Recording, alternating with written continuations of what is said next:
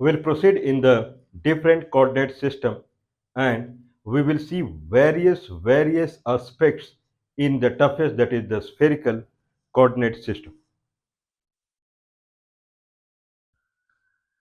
Vector, you are amazing. Calculus, you are amazing. And algebra, you are amazing. Means these are the three entities that we are kind of screwing upon. Okay, so we have calculus, and then uh, we have algebra, and then we have a vector. So how we can kind of do more uh, through it? So that is the concept.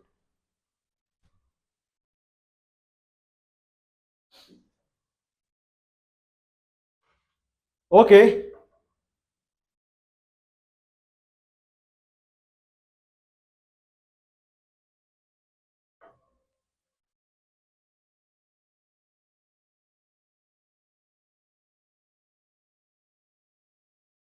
okay. So we will proceed on the kind of spherical coordinate system. What we see, that is kind of we can do in the spherical coordinates. So what we have seen till now, as far as coordinate system is concerned, what we have seen, first we have seen that there are three coordinate, there are four coordinate systems. So there are four coordinate systems. One is Cartesian coordinate system, one is polar coordinate system. Extension of polar in 3D is cylindrical coordinate system and spherical coordinate system. So primary there are three coordinate system: Cartesian coordinate system, polar cum cylindrical coordinate system, and spherical coordinate system. So Cartesian coordinate system talks about perpendicular three axes, that is x-axis, y-axis, and z-axis. If we see polar coordinate come cylindrical coordinate, then there are three components again. Okay, so one is, if I see xy plane, then one is called curve of a circle. Curve means perimeter of a circle, arc of a circle. That is one coordinate. Another is radial radius, arc, and third is z axis. So that is the three coordinate system in cylindrical coordinate system. All three are perpendicular to each other, orthogonal to each other. Can we see this? If there is a circle arc, if there is a circle arc, then radius is perpendicular to it. And then since it is a plane, then z, that is cylindrical height, is perpendicular to it. All three are I am kind of in debt, okay, to the person who thought about cylindrical coordinate system. He defeated kind of Cartesian coordinate system, where if someone say that only three only three orthogonal component I can see, that is x-axis, y-axis, and z-axis, then he said no. If there is an arc, circular arc, and then radial to it, they two are again orthogonal to each other and then perpendicular. Then another guy came into the picture, and now he is saying that there are three orthogonal components are there, but they are not this. Okay. So what are the three orthogonal components that he is talking about? Okay. First, he is talking about one orthogonal component, that is,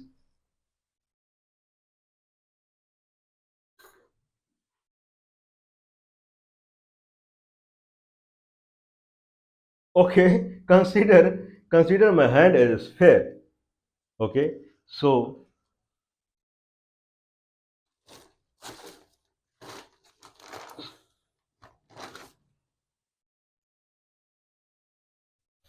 okay, I still have it.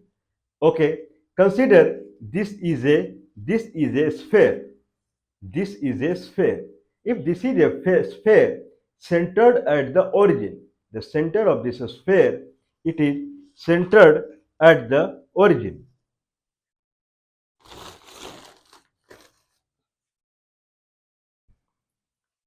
Okay, so this sphere is centered at the origin. If this is centered at the origin, then from origin, this is from origin, this is the radius. From origin, if I take the origin, then from origin, this is the radius. If this is the radius, then if this is perpendicular, then from perpendicular it makes angle, and that angle spans like this. This is one arc. If this is an arc, then the radial is the perpendicular to it. So two components are coming into the picture. One is 3D arc, 3D arc. So from perpendicular it makes angle phi, and see the top. Top is radial, is arc. That is this arc. We are talking about this arc. So top is arc. If this is the arc, then this radius is perpendicular to it. So two components. One is the arc and one is the radius.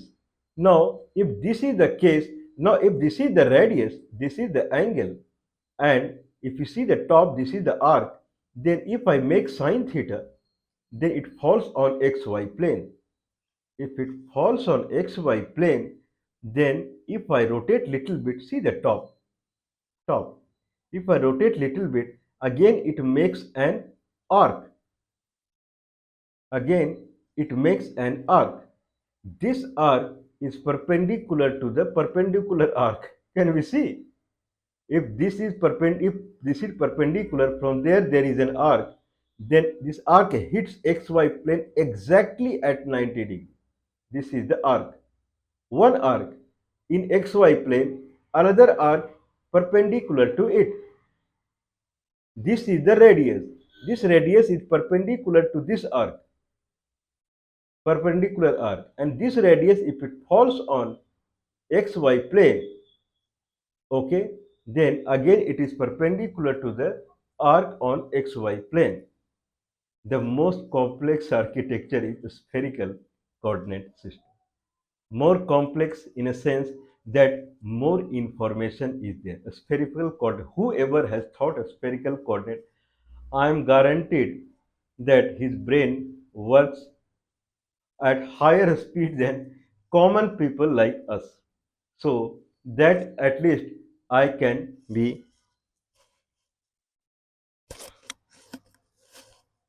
that is something that is guaranteed. His brain is high class speed that he works. So three orthogonal component, can you just, someone thinks about it. If xy plane arc is the one orthogonal component, and then radius is another orthogonal component, but he took this radius in 3D. Since this radius is there, but this radius is not only orthogonal to this arc, this radius moves in 3D. If radius moves in 3D, then this arc is again, it makes orthogonal to the 3D arc. Two arc, one arc, another arc, and this radius. There are three orthogonal components in spherical coordinate system. Okay, let's calculate the volume of a sphere. Let's calculate volume of a sphere. We can calculate volume of a sphere from different ways. So let's fork into, there are two forks. One fork is a start with Cartesian coordinate and then make a hybrid model. Hybrid model is you start with one coordinate system and part of it you change it to another coordinate system depending upon the need. That is hybrid model. We can start with Cartesian coordinate system and make the hybrid model. That is how we can calculate the volume of a sphere. Volume of a sphere. Let's not move to hybrid model. Now, can we calculate volume? This is one way.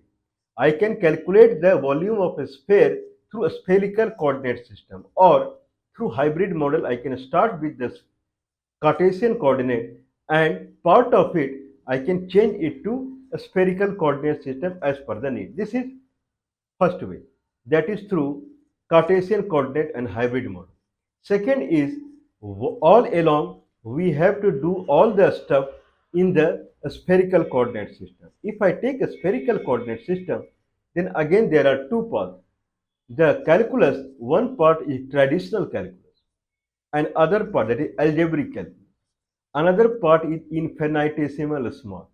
So I generally don't like infinitesimal small because it adds infinite confusion to the people.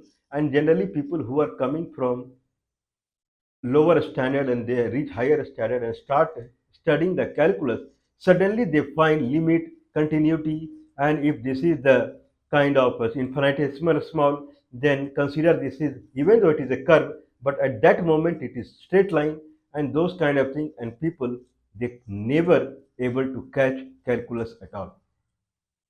They know algebra very well, but the way they start to catch calculus at that moment is to start talking about limit. That's why we are here. Why we are into this field is not to tell you what is written in the book. What is not written in the book, what there it should have been written in the book. That is the concept of this session. So, if someone know numerical science, that is the lower standard people study 2 plus 2, then move to algebraic science, consider x equal to 2. That is the algebraic science, and then we talk about formula of a line and formula of a parabola. Then if we talk, move ahead and calculus, suddenly it jumps into there is a delta x and infinitesimal small, and then there is a curve. Then if I take a small delta x and it tends to, even though it is curve, but that portion tends to be a straight line, then I can calculate, then I can expand this area. This explanation, I am certain that million or billion of students, they would not have caught the beginning of the calculus itself. So calculus is nothing game over algebra, and it's a extension of algebra in the sense it helps algebra. Algebra is the master. Okay, if someone knows algebra, then that's it. That is the science. Calculus helps algebra to find the rate of change, or if rate of change is there, then to find the net collection. That's it. It's nothing more than that. But anyway, let's go with the bookish way. So bookish way to calculate the volume of any shape is you have to take a small section of volume, small section of volume inside it. That section you have to now expand to the full volume. That is the concept of the traditional way. So traditional way, if I want to calculate the volume of a sphere, then I will take delta volume V. Delta volume V. If delta V is tends to 0, then it is dV. dV and then triple integration. Okay, along the three orthogonal components. This is the main architecture of traditional calculus way of calculating the volume of a sphere. So what is dV? dV is, if I need to take three volume, then there is a three section. Three section means three orthogonal components. If I take dV in Cartesian coordinate, then it is dx delta x into delta y into delta z. There are three sections of any small volume: delta x, delta y, and delta z. Now, or if I say all three tends to 0, then dx, dy, dz. This is the delta v. Delta area is delta x into delta y. That is the delta area, small area. That is dx, dy. Now, what about the in spherical coordinate? Now, what are the three sections? One is perpendicular arc. If this is the radius and this is phi angle from the vertical, then this radius is a, small a, then it is a phi. If this is a phi angle from the vertical, then it is a radius, then a phi is the arc. So if there is small, then it is a delta phi, one component of the volume. If there is a small volume, there are three components, this, and this three component. Then one component, probably that is the kind of vertical component we have calculated. One component. Other component is horizontal component. That is a A sine phi that falls on xy plane, and then another arc. We talked about two arc and one radius. Another arc, that is A sine phi theta, theta angle. Since it is small, A sine phi d phi, okay, delta phi. Now we have come to I mean delta theta. So A delta phi, one section, another is A sine phi delta theta, that is another arc, and then third is radius. Radius is this section of the volume. So volume has three sections. One is this section, and this section. So this section of the volume is, that is change in radius one. So if this is the radius A full, from origin to the sphere end, if there is a radius A, at any moment there is a radius called r, then there is a small change if I am making r, that is the third component of the dv, that is dr. Now we have dv as a a delta phi into a sine phi delta theta into delta r, that is the dv. If that is the dv, now this dv has to be expanded for the full sphere, so I have to place the limit. Now we have calculated the volume of a sphere through infinitesimal small signs. So now we have now a a d. Now I convert delta to d, considering delta is very small. So a d phi, a sine phi d theta dr. So a square is constant. I can take it out. Sine phi d theta dr.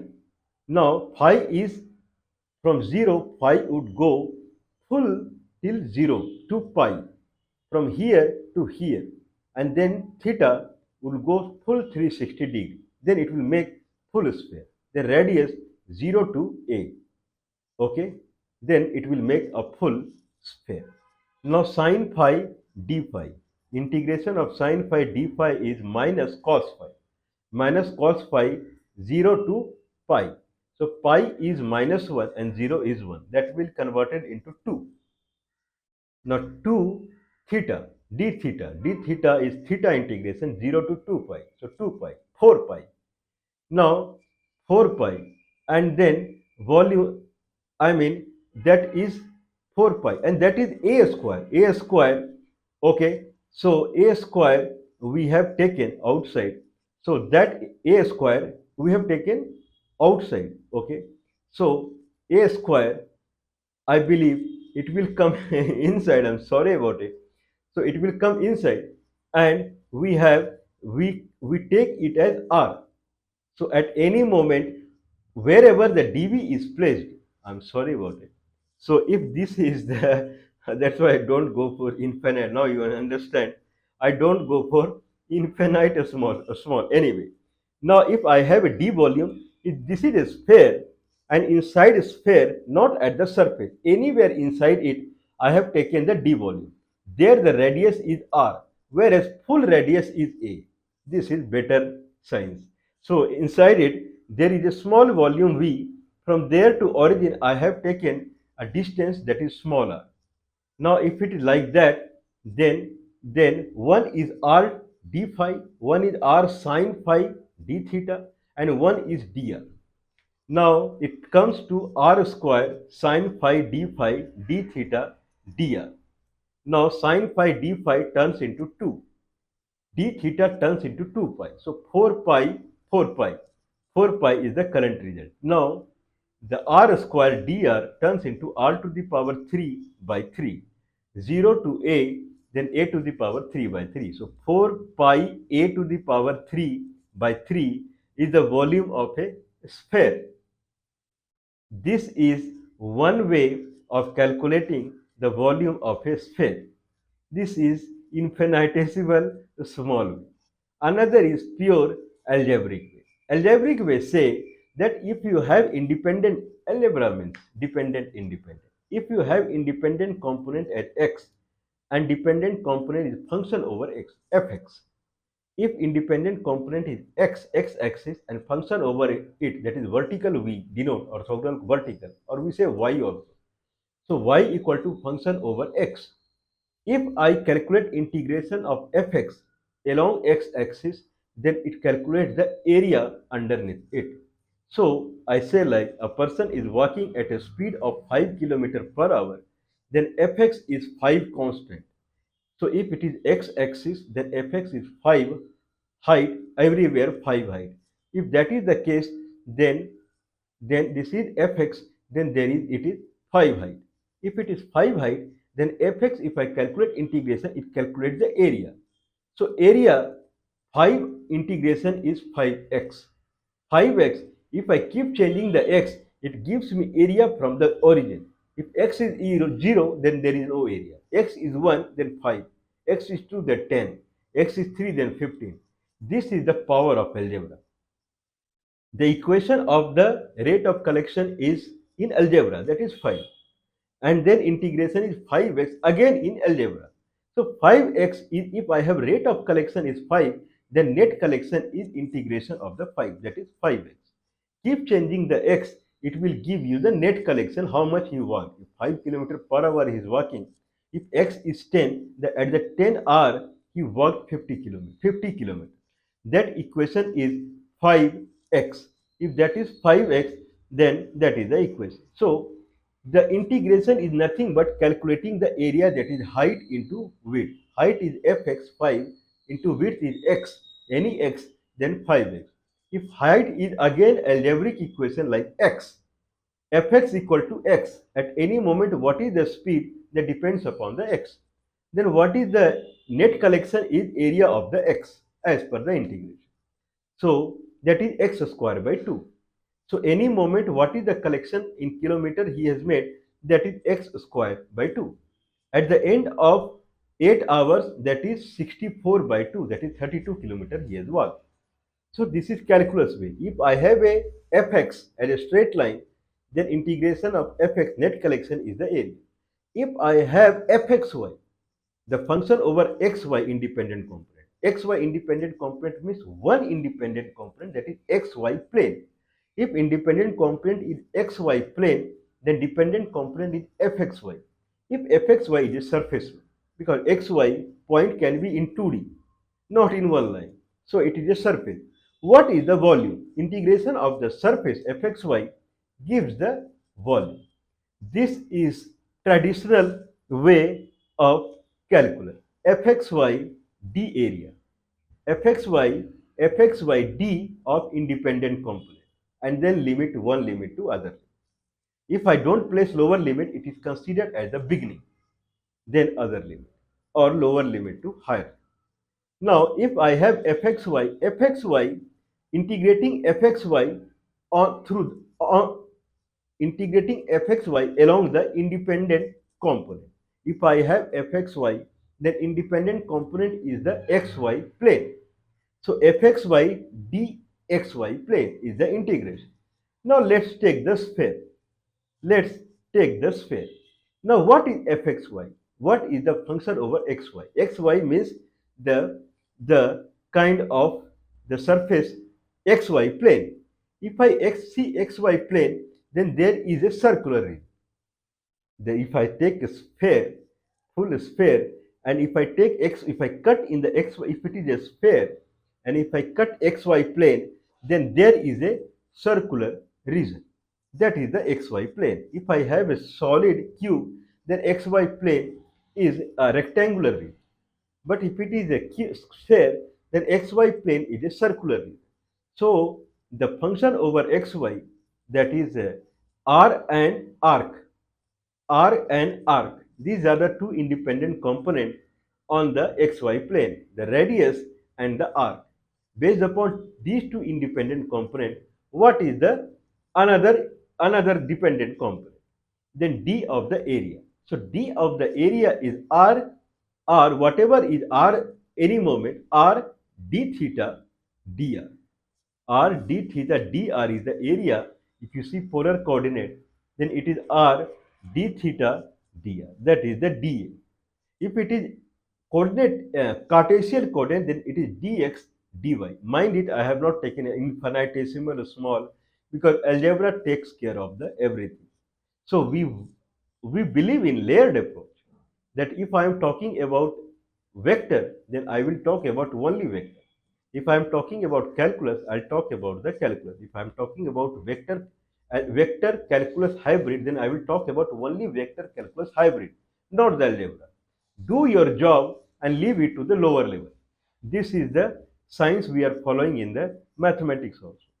Now, the D area is r d theta dr. Okay, arc into radius, that is the dA that we know. Okay, what about the fxy? Now, if I cut this at any position, if I cut it at center, then it is full-fledged circle which has radius a. Radius a is the full radius of the sphere. R is at radius at any moment we can say. What is R we have taken here? If I cut it here somewhere on the top, again there is a circle. If it is circle, then that radius is r. Consider small r. If that is the radius small r, then this is the AR, A of the radius of the sphere.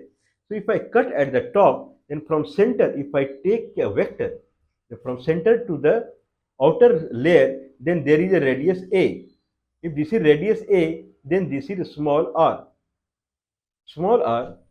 A, and this is the fxy, that is the height, or fr theta.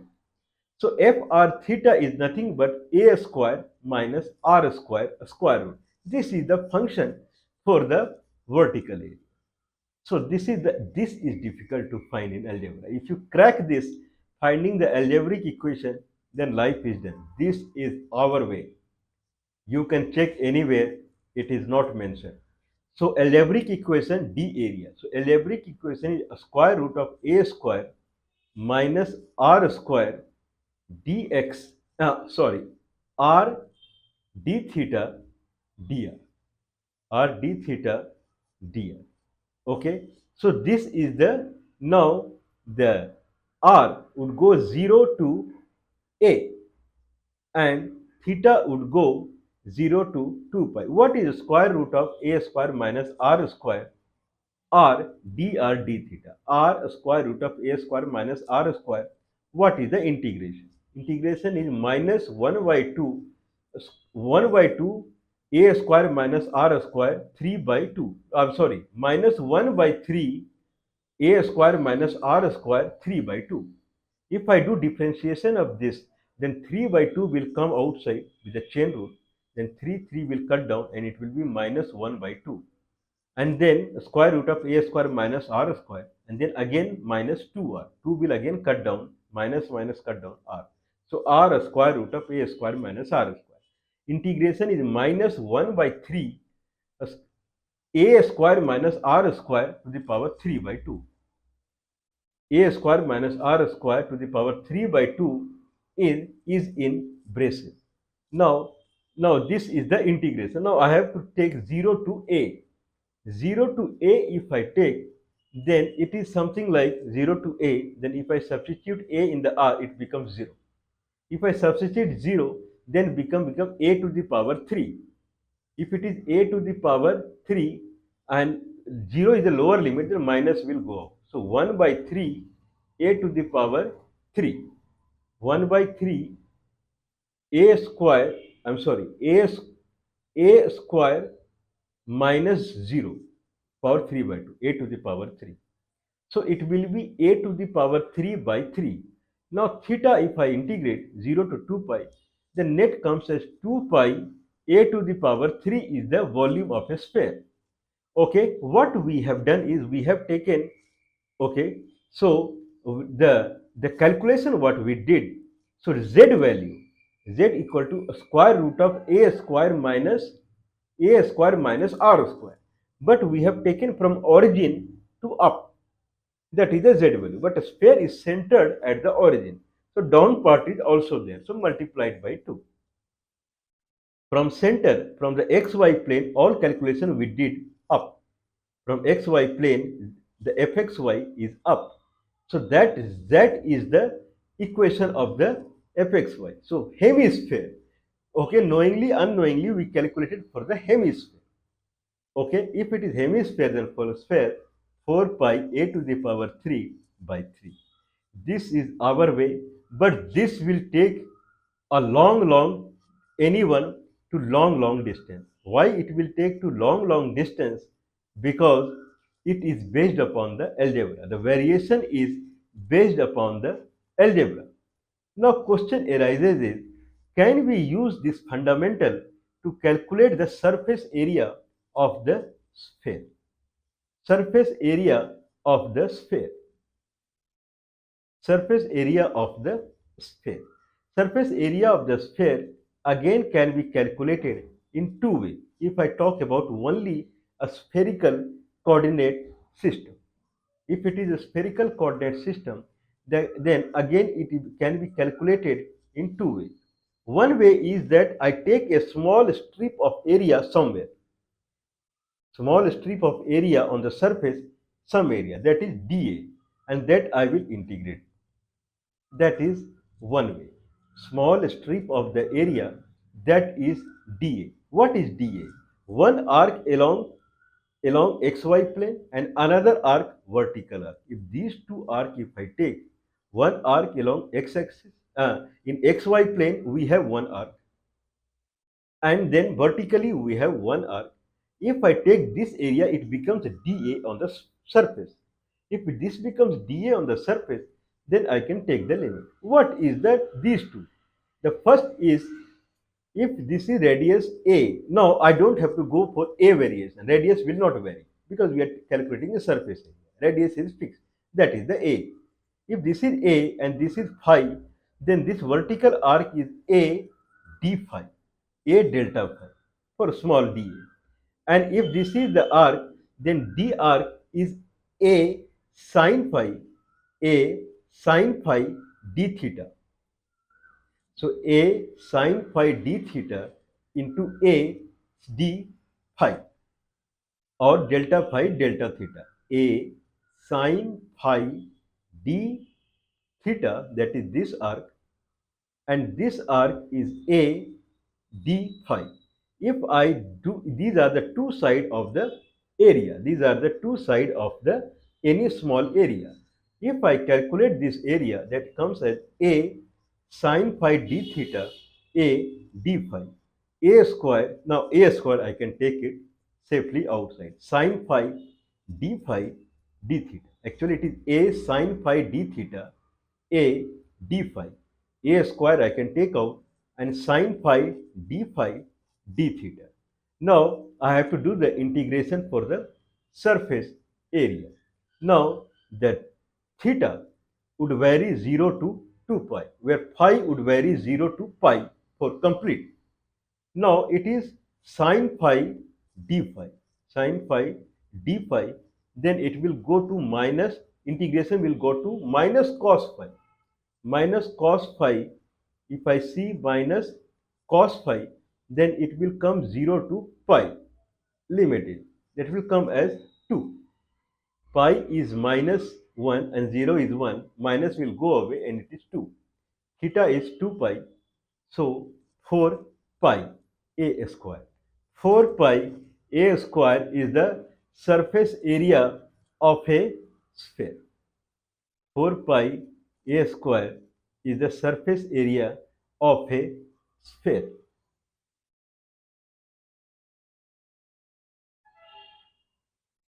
What about calculating the surface area through algebra? Okay. Now let's take any point on the on this sphere as P. What is vector? What is the position vector of P from the center? That is xi plus yj plus zk, if I talk about the Cartesian coordinate. What is the velocity vector along x-axis? That is dp by dx. That is I plus fx. Z is nothing but fxy. I plus fxk. Fx is d fxy by dx. So position vector P is I xi plus yj plus zk. Z I can replace with fxy.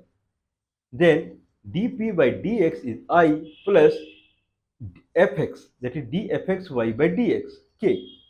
dp by dy equal to j plus fy, k.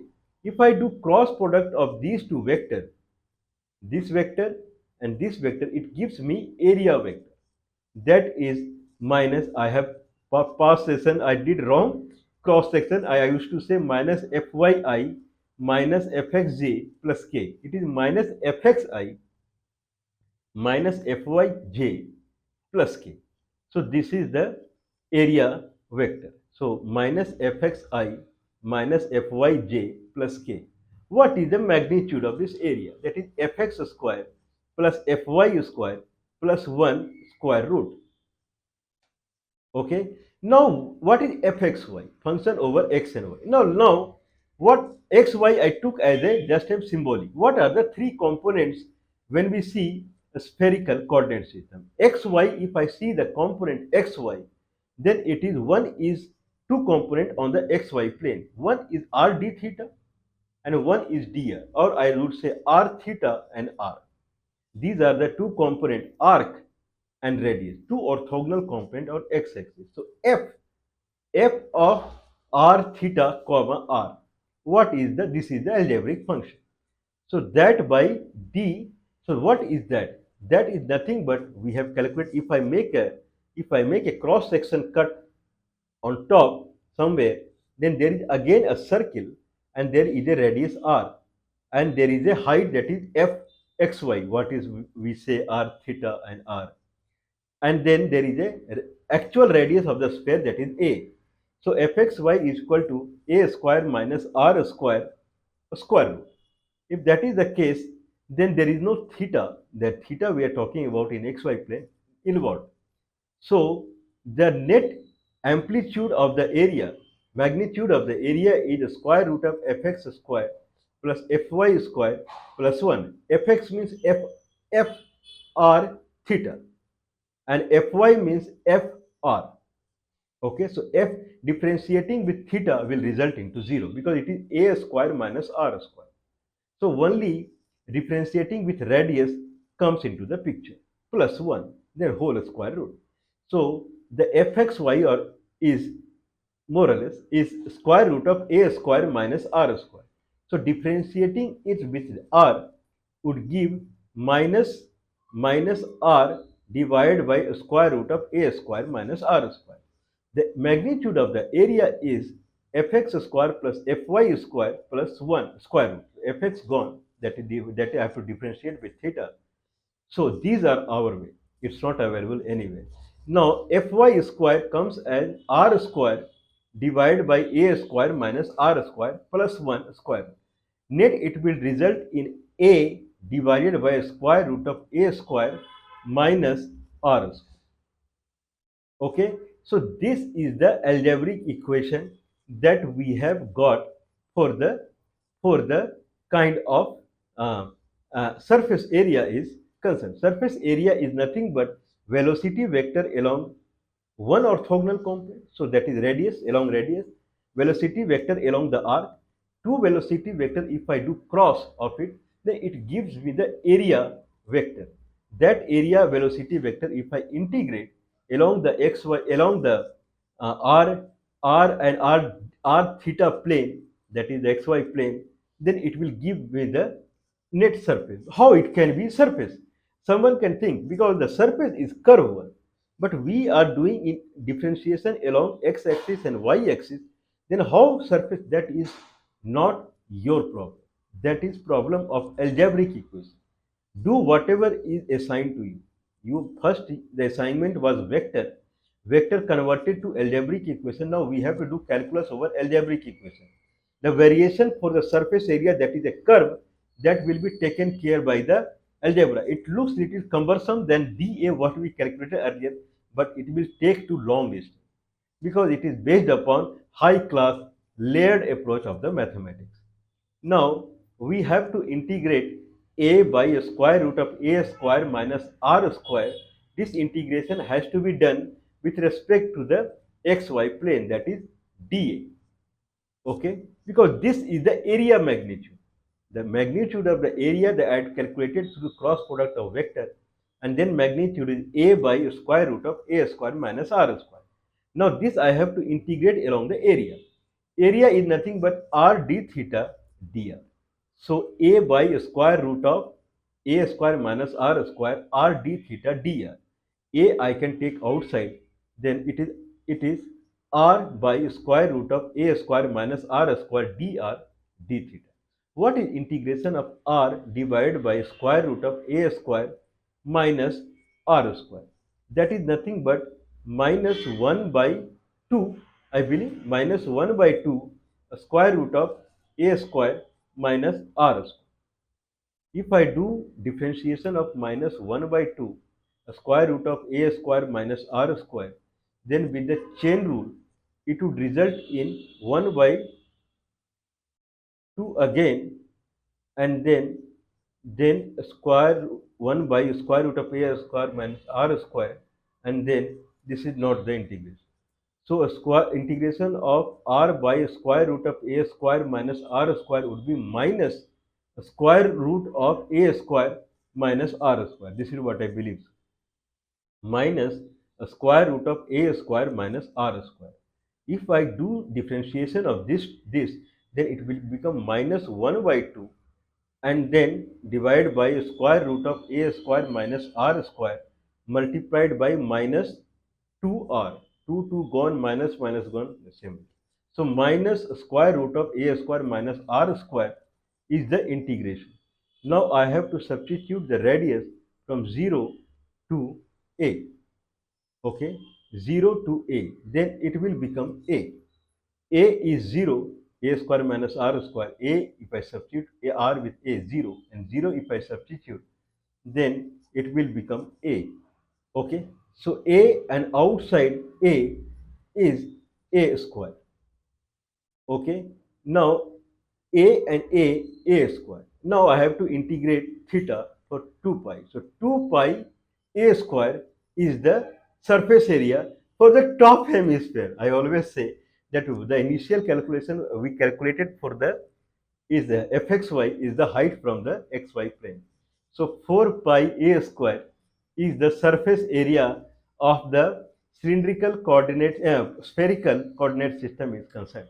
What is remaining now? That hybrid model that we will take, calculating the surface area and volume. Now what we did now, we take two paths in the integration. One is through dv and another is through algebraic equation, calculating the surface area and the volume. Both paths we have calculated the surface area and the volume.